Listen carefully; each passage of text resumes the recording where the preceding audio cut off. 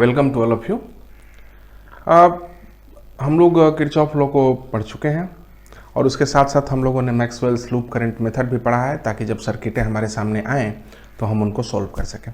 अब ध्यान देने की आवश्यकता ये है कि 11वीं और 12वीं का सिलेबस NCERT के द्वारा बनाया गया है और बाकी के सारे कॉम्पिटिटिव एग्जामिनेशंस इसी सिलेबस को कमोबेश फॉलो करते हैं। तो NCERT के सिलेबस में अब अप्लाइड टॉपिक्स पर क्वेश्चंस आने का चांस काफ़ी ज़्यादा बढ़ गया है। मतलब है कि जो कुछ भी आपने सीखा उसको आप लेबोरेटरी में इस्तेमाल कर सकते हैं कि नहीं। तो ऐसे ही कुछ टॉपिक्स हमारे करंट इलेक्ट्रिसिटी के चैप्टर्स में बचे हुए हैं। उसमें से पहला हम लोग आज पढ़ेंगे जिसको हम लोग कह सकते हैं व्हीटस्टोन ब्रिज और मीटर ब्रिज। तो मुझे ऐसा लगता है, मेरे अनुभव से मुझे लगता है कि अगर इतिहास को देखें तो बिना व्हीटस्टोन ब्रिज, बिना मीटर ब्रिज, बिना पोटेंशियोमीटर के कोई भी प्रश्न पत्र नहीं बना है। 12वीं क्लास के सारे क्वेश्चंस में ये टॉपिक आते ही आते हैं। करंट इलेक्ट्रिसिटी में इन टॉपिक्स से सवाल पूछे जाने के चांसेस काफ़ी ज़्यादा होते हैं।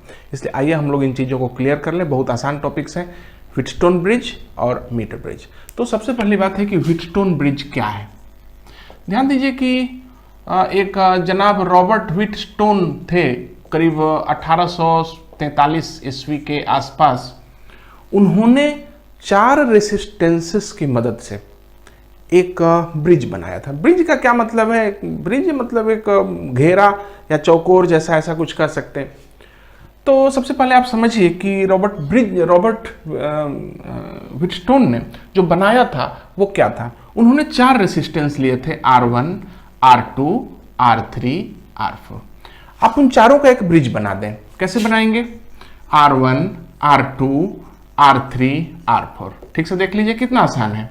R1, R2, R3, R4। आप इसको फिर से बना के देखिए, R1, R2, R3, R4। इसको आप एक चौकोर तरीके से आप बना सकते हैं, तो चौकोर हो गया, ये ब्रिज है। तो इन चारों को इस तरह से जोड़ा है कि सभी एक के साथ दूसरे जुड़े हुए एक लूप जैसा बना देना है, R1, R2, R3, R4। इसके बाद उन्होंने देखा कि इसमें कितने डायगोनल हैं? 2 डायगोनल। पहले डायगोनल में उन्होंने बीच में एक गैल्वेनोमीटर डाला और दूसरे डायगोनल में एक बैटरी डाली। या फिर आप इस डायगोनल में गैल्वेनोमीटर डाल सकते हैं और इसमें बैटरी डाल सकते हैं, इससे कोई फर्क नहीं पड़ता। तो 4 रेसिस्टेंसेस का एक ग्रुप बनाएं, 1 2 3 4 लूप बनाएं। उसके 2 डायगोनल हैं।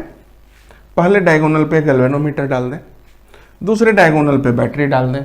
तो क्या होगा कि बैटरी से करंट बहेगी। ध्यान दीजिएगा, बैटरी से करंट बहेगी I। थोड़ी करंट इधर जाएगी, थोड़ी करंट उधर जाएगी, थोड़ी करंट गैल्वेनोमीटर में भी आएगी, फिर वो सारी करंटें इधर जाएंगी, फिर आके यहां पर मिल जाएंगी। तो विशेष बात क्या है? विशेष बात यह है कि रॉबर्ट व्हीटस्टोन ने इस बात को ऑब्जर्व किया एक्सपेरिमेंटली कि एक खास कंडीशन में इसमें करंट नहीं आता। मतलब करंट इधर जाता है परंतु इधर से सीधा इधर निकलता है, इस जगह पे करंट नहीं आता। उस हालत में जबकि गैल्वेनोमीटर के अंदर 0 करंट है, उस कंडीशन में इस व्हीटस्टोन ब्रिज को बैलेंस करते हैं।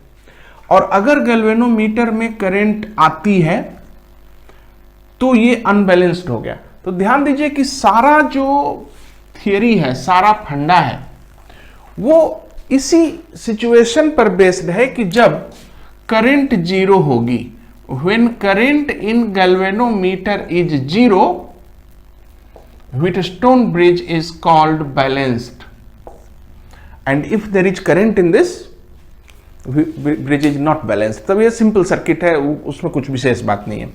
तो एक बैलेंस्ड व्हीटस्टोन ब्रिज काम की चीज है, अनबैलेंस्ड व्हीटस्टोन ब्रिज कुछ नहीं है, उसको कोई फायदा नहीं है। जैसे सारी सर्किट्स हैं, लूप्स हैं, 3 लूप वाली सर्किट है, वैसे ये भी है। परंतु अगर ये बीच में बैलेंस्ड हो गया, अगर गैल्वेनोमीटर में करंट 0 आ गई, तब ये खास सर्किट है। सबसे पहले हम लोग ये पता करें कि इसमें बैलेंस की कंडीशन है क्या। बहुत आराम से आप इसको देखिए।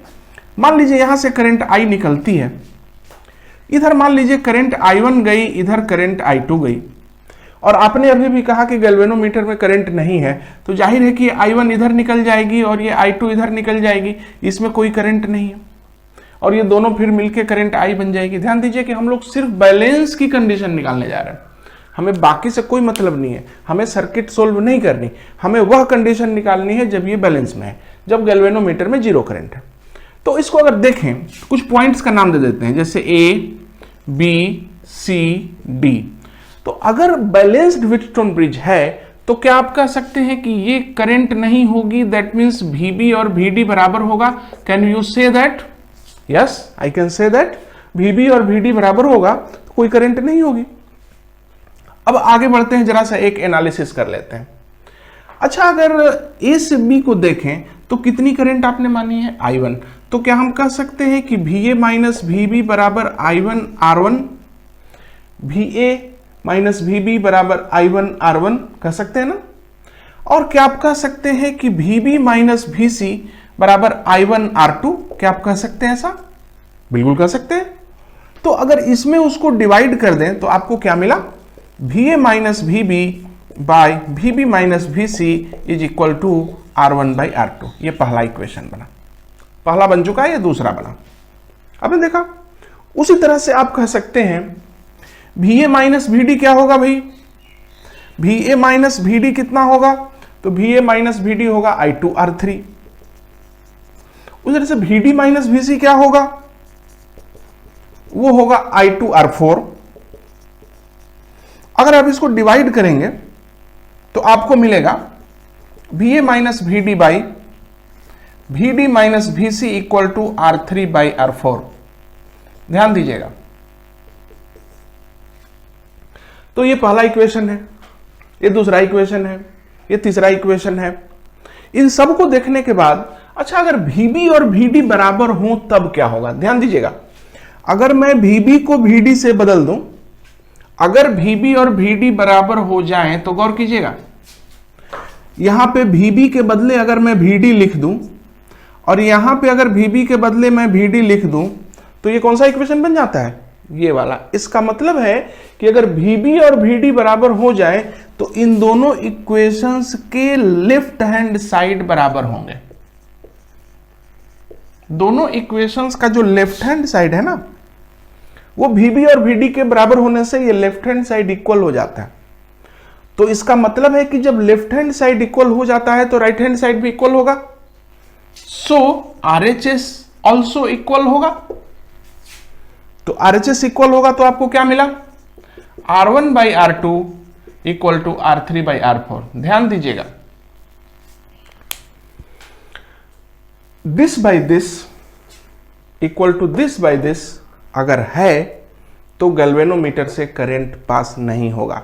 ध्यान दीजिएगा, गैल्वेनोमीटर यहां पे आप ऐसे समझ लीजिए कि एक रास्ता इधर से है करंट जाने का, एक रास्ता इधर से है करंट जाने का, और ये गैल्वेनोमीटर उन दोनों रास्ते के बीच में एक ब्रिज बनाता है। इस गैल्वेनोमीटर में कोई करंट नहीं होगी अगर ये बाई ये बराबर ये बाई ये होगा। R1 बाई R2 एक साइड के रेसिस्टेंस का रेशियो दूसरे साइड के रेसिस्टेंस के रेशियो के बराबर होगा, तो R1 बाई R2 बराबर R3 बाई R4 होगा। गैल्वेनोमीटर में करंट नहीं जाएगी, कोई फायदा नहीं है, गैल्वेनोमीटर हटा दीजिए, कोई दिक्कत नहीं है। पहली बात आपने नोट कर लिया इसको, यानी कि हम लोगों ने सीखा कि अगर व्हीटस्टोन ब्रिज बैलेंस हो तो R1 by R2 equal to R3 by R4 होगा। अब इस पर गौर कीजिए, दूसरी चीज कि अगर कोई व्हीटस्टोन ब्रिज बैलेंस्ड है, ध्यान दीजिए, जैसे मान लीजिए कि R1, R2, R3, R4 है और आपको मालूम है कि ये बैलेंस्ड है, मतलब मान लीजिए कि R1 बाई R2 बराबर R3 बाई R4 है, तो अगर मैं गैल्वेनोमीटर और इसको बदल दूं तो क्या होगा? कोई दिक्कत नहीं है। आप इस एंड पे गैल्वेनोमीटर डाल दीजिए और इस एंड पे वोल्टमीटर इस पे गैल्वेनोमीटर डाल दीजिए और इस पे पावर डाल दीजिए। बदल दिया मैंने। अब जरा इसको देखिए कि अभी तो सर्किट बदल गई। तो सर्किट बदल गई तो नया कंडीशन क्या होगा? तो करंट यहां से घुसी, तो R2/R4 बराबर होगा R1/R3। कंडीशन ऑफ बैलेंस यही होगा, लेकिन ये और ये दोनों सेम है, आप ठीक से देख लीजिए। R1/R3 इक्वल टू R2/R4 वही कंडीशन है, यानी कि अगर कोई व्हीटस्टोन ब्रिज बैलेंस्ड हो तो गैल्वेनोमीटर और सेल को एक्सचेंज करने से भी बैलेंस ही होगा।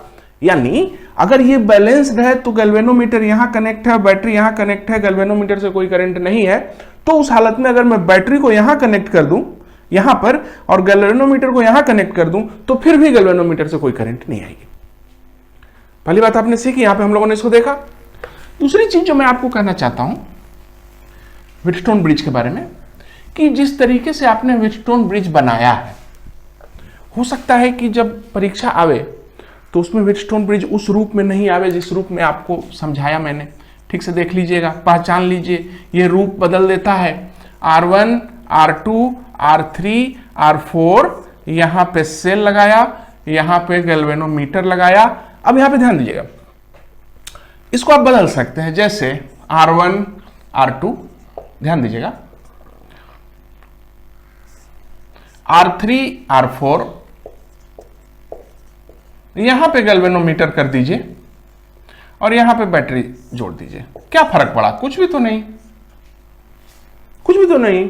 ये R3, R4 जो है इसको इधर ले आके रख देंगे तो ये वाला बन जाएगा।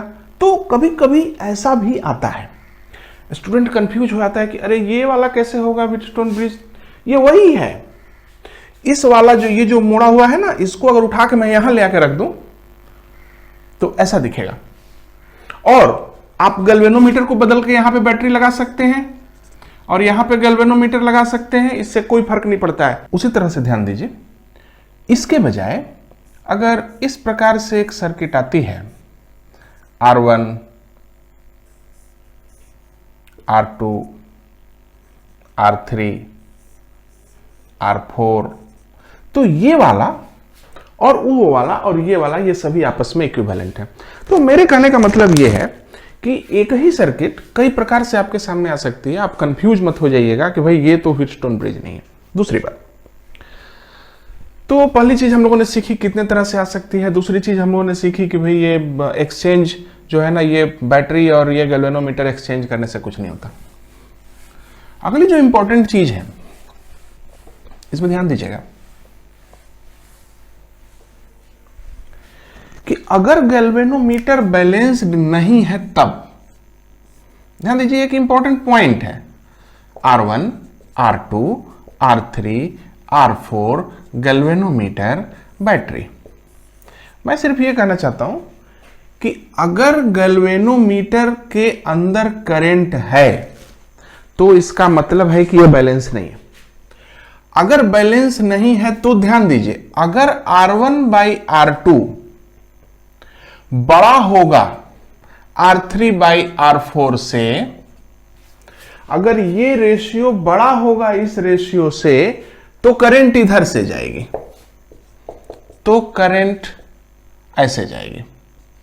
पहचान लीजिए, जिधर का रेशियो बड़ा होगा, जिधर का रेशियो बड़ा होगा, करंट उल्टे साइड से आएगी। तो अगर बैलेंस ना हो व्हीटस्टोन ब्रिज तो इस प्रकार से आप डायरेक्शन निकाल सकते हैं। अगली जो इंपॉर्टेंट चीज है कि अगर आप देखें कि अगर कोई व्हीटस्टोन ब्रिज आपको दिख रहा है और उस व्हीटस्टोन ब्रिज के अंदर रेसिस्टेंसेस लग रहे हैं कि आपको बैलेंस्ड है और गैल्वेनोमीटर की जगह पर एक और रेसिस्टेंस है, जैसे मान लीजिए आपसे कोई कहेगा कि ये भाई 5 ओम है, ये 10 ओम है और ये 2 ओम है, ये 4 ओम है और ये 7 ओम है। आप इसका इक्विवेलेंट निकालिए। अब ठीक से देखिए, ये तो एक व्हीटस्टोन ब्रिज है, 5/10 बराबर 2/4। इसका मतलब ये तो बैलेंस्ड है, और अगर ये बैलेंस्ड है तो इसमें से कोई करंट नहीं जाएगी। जो करंट ही नहीं जाएगी तो फिर उसको जोड़ने से कोई फायदा नहीं है, इसलिए उसको हटा दीजिए। आपका आंसर हुआ 10, 5, 15 ओम इधर से और 4 2 6 ओम इधर से, 15 और 6 पैरेलल में जुड़े हुए हैं। तो आपका आंसर हुआ 15 गुने 6 बटे 15 जोड़ 6, 90 बटा 21 ओम आपका आंसर हो गया। तो ध्यान दीजिएगा, व्हीटस्टोन ब्रिज में बहुत अगर आसान क्वेश्चन हुआ तो आपको इस प्रकार का क्वेश्चन आ सकता है, लेकिन सावधान रहिएगा, अगर 5 10 10 5 हो, 5 10 10 5 अगर हो, तब बी केयरफुल, तब बी केयरफुल, ये बैलेंस्ड नहीं है, ये बैलेंस्ड नहीं है, ये एक उल्टा व्हीटस्टोन ब्रिज है, ये अनबैलेंस्ड व्हीटस्टोन ब्रिज है और ये एकदम यूजलेस सर्किट है। इसमें आपको वो लूप्स पूरी लगानी पड़ेंगी। अगर मैं यहां पर एक बैटरी दे दूं तो आपको 3 लूप बना करके इसको किरचॉफ लॉ से या फिर मैक्सवेल करंट लूप लॉ से आपको इसको बनाना पड़ेगा। और आपकी जानकारी के लिए मैं बता दूं कि जब हम लोगों ने करंट लूप वाला वीडियो देखा है, उसको पढ़ा है, तो उसमें मैंने इसको सोल्व किया है, ये एनसीईआरटी में है, इसलिए एक बार आप उसको देख लें। अगर व्हीटस्टोन बैलेंस्ड है तो बहुत अच्छा है, अगर व्हीटस्टोन बैलेंस नहीं है कोई फायदा नहीं है, ये बेकार की सर्किट है। तो अब हम लोग व्हीटस्टोन ब्रिज को समझ गए कि ये बेसिकली क्या होता है।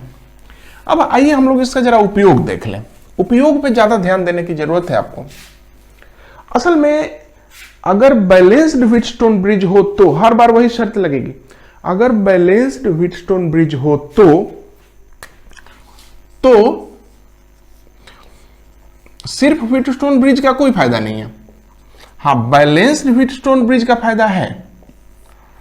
अगर बैलेंस्ड व्हीटस्टोन ब्रिज हो तो, बैलेंस्ड हो तो R1 बाई R2 बराबर R3 बाई R4 होगा, यानी अगर आपको R1, R2 और R3 मालूम हो तो आप R4 निकाल सकते हैं। 3 रेजिस्टेंस मालूम हो तो चौथा निकाल सकते हैं, बशर्ते बैलेंस हो। तो 3 रेजिस्टेंस मालूम होगा तो आपको चौथा निकलेगा। और एक बात और ध्यान दे दीजिए, ये जो व्हीटस्टोन ब्रिज है ये एक एक्सपेरिमेंटल सेटअप था। तो थियोरिटिकली तो हम लोगों ने देखा कि भाई ये करंट 0 हो जाती है, लेकिन सचमुच में अगर आप इस सर्किट को सेट करेंगे अपनी लेबोरेटरी में तो आप पाएंगे कि करंट एकदम 0 नहीं होती है, करंट रहती है। इसीलिए थोड़ी कम करंट रहती है लेकिन करंट रहती है। ऐसा नहीं है कि करंट परफेक्टली 0 हो जाएगी अगर ये सेटअप इक्वल हो जाएगा तो। इसलिए गौर कीजिएगा, व्हीटस्टोन ब्रिज एक एक्सपेरिमेंटल सर्किट है, थियोरिटिकली बहुत अच्छा काम नहीं करता, बहुत अच्छा तो नहीं लेकिन ठीक है, काम चलाऊ काम करता है। और इस व्हीटस्टोन ब्रिज में अगर कंडीशन बैलेंस की हो तो अगर 3 में से 1 मालूम हो तो हम चौथा निकाल सकते हैं बाय दिस रेशियो। इसमें मुझे कुछ एग्जांपल देने की जरूरत नहीं है। तो 3 रेजिस्टेंस मालूम होंगे तो हमें फायदा क्या बना। इसीलिए इस एक्सपेरिमेंटल सेटअप को, इस व्हीटस्टोन ब्रिज को हमने एक सिंपल तरीके से लेबोरेटरी में सामने रखा। तो लेबोरेटरी में इसी का एक मॉडिफाइड वर्जन यूज किया जाता है जिसको कि हम मीटर ब्रिज कहते हैं। 12वीं क्लास के प्रैक्टिकल में 2 एक्सपेरिमेंट्स हैं मीटर ब्रिज पे, ध्यान दीजिएगा। मीटर ब्रिज का एक्सपेरिमेंट आपको आपके प्रैक्टिकल के लिए भी इंपॉर्टेंट है। वो व्हीटस्टोन ब्रिज पर काम करता है। क्या है मीटर ब्रिज, आइए उसको देखें। मीटर ब्रिज जो है ये लकड़ी की एक पटरी होती है, 1 मीटर, और 1 मीटर लकड़ी की जो पटरी है उस पर ध्यान दीजिएगा, ये 1 मीटर की होती है। सामान्यतः यहां पे ये कॉपर के बने हुए स्ट्रिप्स हैं। कॉपर का एक ऐसे लंबा सा रहता है, वो ठोका हुआ रहता है उसके ऊपर। एक यहां पे भी रहता है और एक यहां रहता है। ठीक से ध्यान दीजिए, ये कॉपर के स्ट्रिप्स बने हुए हैं, कॉपर की प्लेट्स हैं जो इसके ऊपर ठुकी रहती हैं। यहां से लेके यहां के बीच एक वायर बंधा रहता है, इट्स अ वायर। इस वायर के ठीक नीचे एक स्केल रहता है। ऐसे करके तो स्केल रहेगा 0 से लेके ऐसे ऐसे करते करते 0 से लेके पूरा 100 सेंटीमीटर यहां पे रहता है। तो आप समझ गए कि इसको मीटर ब्रिज क्यों कहते हैं। तो 1 मीटर लंबा वायर लगा है, इसमें एक स्केल भी नीचे ठोका हुआ रहता है लकड़ी का। तो ये मीटर ब्रिज इसीलिए कहा जाता है क्योंकि 1 मीटर का होता है। तो करना क्या है इसमें, ध्यान दीजिए, पहले सेटअप इसका देखिए। ये यहां से यहां एक वायर है, ये एक वायर कॉन्स्टेंटन या मैंगनीन का होता है ताकि ज्यादा मेल्टिंग पॉइंट हैंडल हो सके और ड्यूरेबिलिटी भी ज्यादा होती है और उनका जो टेम्परेचर कोफिशिएंट ऑफ रेसिस्टिविटी है वो भी काफी कम रहती है। तो इस तरह से हमने इस देखा वायर को। अब आगे गौर करते हैं हम लोग, ये पार्ट पे R1 कनेक्ट रहता है, देखिए ठीक से मिलाइएगा इसको उसके साथ। ये पार्ट पे R1 कनेक्ट है, मैं इसको कह रहा हूं A B C D, तो A और B R1 कनेक्ट है। उस वाले एंड पर R2 कनेक्ट होता है। असल में ये R2 एक अननोन रेसिस्टेंस होता है। फिलहाल आइए R1 पे, R1 यहां कनेक्ट है, R2 वहां कनेक्ट है। अब A और ये वाला किधर है भाई, R3 R4 दिख नहीं रहा। ध्यान दीजिए, यहां से एक वायर का कनेक्शन लेते हैं B से, एक वायर लेके ऐसे ऐसे एक वायर में गैल्वेनोमीटर लगा के, वो कलम जैसा उस पे एक जॉकी लगा होता है, कलम जैसा वो होता है, वो इस तार के ऊपर फिराते हैं, वो तार के ऊपर उसको स्लाइड कर सकते हैं, तो इसको हम लोग जॉकी कहते हैं। ये गैल्वेनोमीटर लगी है। अब ठीक से देखिए, बी से एक वायर गैल्वेनोमीटर के थ्रू जाके इस जगह सट गया है, माने जाहिर है कि ये पॉइंट डी है। तो ए डी के बदले ये रेसिस्टेंस है और डी और ये जो है सी है। तो अब ध्यान दीजिए कि एक आपका R1 है, R2 है, B यहां पे दिख रहा है, B से गैल्वेनोमीटर D पे यहां पर ले आके हमने जॉकी को मान लीजिए रखा है, जो कि हम स्लाइड कर सकते हैं। ये R3 किधर है, तो यहां से लेके यहां तक का वायर का रेसिस्टेंस R3 है और यहां से लेके वायर का रेसिस्टेंस हो गया R4। माने आपने देखा कि हमने दो रेसिस्टेंस रखे हैं और एक ये जो नीचे के दो रेसिस्टेंस हैं उनके बदले हमने एक वायर रखा है। उस वायर को हम इस जॉकी से बीच में दो हिस्से में बांट देते हैं और ये जॉकी स्लाइड करती है। अब आप समझ पा रहे हैं क्या हो रहा है मामला। जब जॉकी को आप स्लाइड करेंगे तो इस वायर का और इस वायर का लेंथ चेंज होगा। लेंथ चेंज होने का मतलब होता है रेशियो, रेसिस्टेंस बदलना। यानी जब आप इसको खिसकाएंगे तो इस पार्ट का और इस पार्ट का रेसिस्टेंस बदलेगा। तो किसी ना किसी जगह पर इसके रेशियो के बराबर हो जाएगा तो गैल्वेनोमीटर में जीरो करंट आएगी और हम इसको कह देंगे बैलेंस है। आप समझ गए मामले को। इसमें हमने चार रेसिस्टेंस नहीं लिए हैं, दो रेसिस्टेंस लिए हैं और एक लंबा वायर लिया है। उसी वायर के दो हिस्से हम लोग कर देते हैं। तो दो हिस्सों में जो इस वायर का रेसिस्टेंस और इस वायर का रेसिस्टेंस है हमारा काम कर जाता है। तो मान लीजिए कि हमने इस सेटअप को, इस मीटर ब्रिज के सेटअप को पहले बैटरी से जोड़ दिया, इसको इधर से लेके बैटरी से जोड़ दीजिए। यहां हमने बैटरी से जोड़ा, बस फटाक से स्विच ऑन हो जाता है। स्विच ऑन होते ही गैल्वेनोमीटर में करंट आने लगती है। गैल्वेनोमीटर में करंट क्यों आ रही है, ये L1 है और ये 100 माइनस L1 है। L1 क्या, L ही कह लीजिए। ये लेंथ L है और ये 100 माइनस L है। क्यों 100 माइनस L, क्योंकि 100 सेंटीमीटर है। तो जैसे ही आप इसको स्विच ऑन करेंगे, R1, R2 और L 100 माइनस L, इनका रेशियो कुछ भी होगा तो जाहिर है कि गैल्वेनोमीटर में करंट आएगा। जब गैल्वेनोमीटर के बीच जॉकी को जो है इसको आप स्लाइड करेंगे तो इस पार्ट का रेसिस्टेंस और इस पार्ट का रेसिस्टेंस बदलेगा और बदलते बदलते यहां से लेके यहां के बीच किसी न किसी पॉइंट पर वो इसके रेशियो के बराबर हो जाएगा। और जब हो जाएगा तो गैल्वेनोमीटर में करंट नहीं आएगी। तो जब यहां गैल्वेनोमीटर की सुई जीरो दिखाएगी तो आप इस डी को यहीं पे रोक देंगे और दोनों ओर के रेसिस्टेंस को नापेंगे।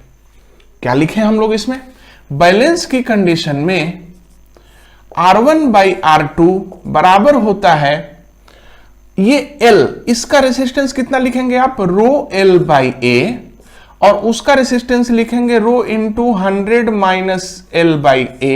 तो ये रो A कट गया, यानी R1 बाई R2 आया L बाई 100 माइनस L, कुछ नहीं है, this resistance by that resistance बराबर this length by that length.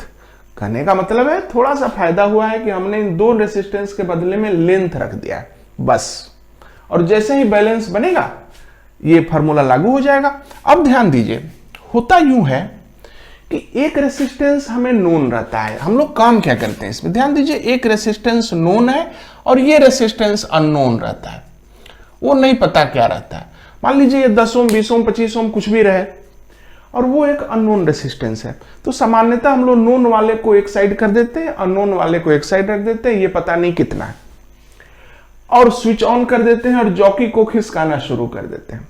जैसे ही खिसकाते हैं तो गैल्वेनोमीटर का डिफ्लेक्शन जैसे ही 0 आता है, हम लोग उस जगह पे गैल्वेनोमीटर को रोक देते हैं, और जैसे ही रोकते हैं इधर का लेंथ L नापते हैं, 100 माइनस L ऑलरेडी कैलकुलेट हो जाता है, so this by this is this by this. जैसे ही करते हैं आपका रीडिंग आ जाता है, क्योंकि आपको देख लीजिए R का वैल्यू मालूम है, L का वैल्यू मालूम है, 100 माइनस L का वैल्यू मालूम है, तो यही ना निकालना है, सो कैन बी फाउंड।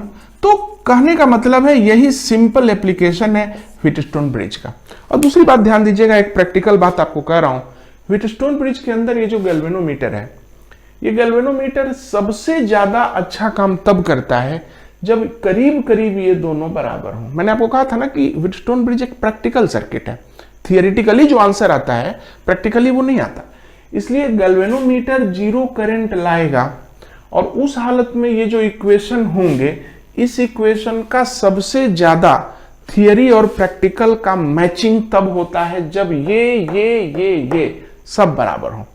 इसका मतलब है कि आपको रेसिस्टेंसेस कंपेरेबल रखने चाहिए, यानी आपको मालूम होना चाहिए कि ये कितना का लमसम है। अब ये नहीं कि ये रेसिस्टेंस और इसमें बहुत ज्यादा का अंतर रहेगा अगर, तो फिर ये जॉकी है जो इस किनारे या इस किनारे में बैलेंस पॉइंट देगा, तो बैलेंस पॉइंट देगा ऐसा, तो फिर आपका आंसर उतना एक्यूरेट नहीं आएगा। इसलिए ध्यान दीजिएगा, theoretically Wheatstone bridge works well when R1 R2 and R3 R4 are equal. हम लोग चलिए सवाल बना लें, एक मामूली सा टॉपिक है, इसमें कुछ विशेष बात नहीं है, खाली इस बात पे गौर कीजिएगा, बहुत सारे सवाल यहाँ पे आ सकते हैं। मान लीजिए आपसे मैं क्वेश्चन पूछता हूं थोड़ी देर के लिए, चलिए इसको रहने देता हूं मैं। क्वेश्चन है, पहला क्वेश्चन है कि if R1 is equal to 60 ohm and balance point जो है ये तो नोन है, balance point is at 40 cm, find unknown resistance X। ये बताइए, हमने एक यहां पे नोन रेसिस्टेंस 60 लगाया और अननोन रेसिस्टेंस X लगाया, और इसको जब घुमाया फिराया तो बैलेंस आया 40 पे, इधर साइड से 40 पे, ध्यान दीजिएगा। तो X क्या होगा, कोई दिक्कत नहीं, जब बोला तो आपने बैलेंस पॉइंट है तो लिखेंगे 60 by X is equal to this length by that length, यानी 40 बाई 60, 40 बाई 60। आप आराम से इसको काट दीजिए और ये कट जाएगा पूरा, और आप यहां पे X का वैल्यू लिख सकते हैं 6 इंटू 6 बाई 4, 60 बाई 4, 1.5 75 ओम के आसपास, 30 90 ओम, 90 ओम है वो। तो इस तरह से आप देखते हैं कि बना सकते हैं। दूसरी बात गौर कीजिएगा, चीजें थोड़ी सी उलझाने की कोशिश करते हैं टीचर्स। मान लीजिए एक बात पे गौर कीजिए, आप ध्यान दीजिएगा कि जिधर साइड का रेसिस्टेंस बढ़ेगा, है ना, उधर का लेंथ भी बढ़ेगा। मान लीजिए इस X के साथ मैं एक और, मान लीजिए X के साथ बैलेंस यहां आता है, एक और रेसिस्टेंस मैं यहां पे Y जोड़ देता हूं। अब बताइए बैलेंस किधर शिफ्ट होगा? आपने क्या किया, इधर के रेसिस्टेंस को, आपने इधर के रेसिस्टेंस को बढ़ा दिया, आपने उधर के रेसिस्टेंस को बढ़ा दिया, तो ये भी बढ़ेगा, यानी ये बैलेंस इधर शिफ्ट करेगा। उसी तरह से Y को अगर सीरीज में जोड़ने के बजाय अगर Y पैरेलल में जोड़ दें तो यहां का रेसिस्टेंस घट गया, तो घटते ही बैलेंस, ये लेंथ जो है और घटेगा। जिधर का रेसिस्टेंस बढ़ेगा उधर का लेंथ भी बढ़ेगा, जिधर का रेसिस्टेंस घटेगा उधर का लेंथ भी घटेगा। ध्यान दीजिएगा, यहां सीरीज में जोड़िएगा तो यहां का रेसिस्टेंस बढ़ जाएगा, और बढ़ जाएगा तो ये वाली लेंथ भी बढ़ेगी। तो ये लेंथ बढ़ने का मतलब बैलेंस पॉइंट किधर शिफ्ट करेगा, लेफ्ट में। अगर किसी को पैरेलल में इधर जोड़ देंगे तो ये घट गए, रेसिस्टेंस कम हो गए, और जैसे ही कम हो गए तो ये वाला लेंथ भी कम हो जाएगा। कम होगा मतलब बैलेंस पॉइंट राइट शिफ्ट करेगा। इसी तरह से क्वेश्चंस आते हैं। इस कंसेप्ट के बाद इस व्हीटस्टोन ब्रिज में बहुत ज्यादा क्वेश्चंस की दरकार नहीं है, आसान टॉपिक माना जाता है। मान लीजिए हम लोग यहाँ पे क्वेश्चन एक लेते हैं इस जगह पे कि भाई जब हमने x when unknown resistance was x, when unknown resistance was x, then balance was at 40 cm. Now when a 12 ohm resistance is connected in series, find series to x, find new balance length, new position। कुछ नहीं problem है, सबसे पहले समझिए। कहता है कि जब रेसिस्टेंस x लगाया तो बैलेंस 40 पे था, तो लिखिए इसको R by x equal to 40 by 60, पहला इक्वेशन। ठीक है, R by x equal to 40 by 60, R का वैल्यू भी कुछ मिल जाएगा बाद में। और कहता है कि जब एक 12 ओम रेसिस्टेंस को सीरीज में जोड़ा, यानी कि R और यहां x प्लस 12 जोड़ा,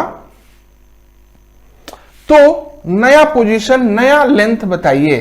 तो हो गया आपका L बाई 100 माइनस L, ये लेंथ आपको नहीं मालूम है।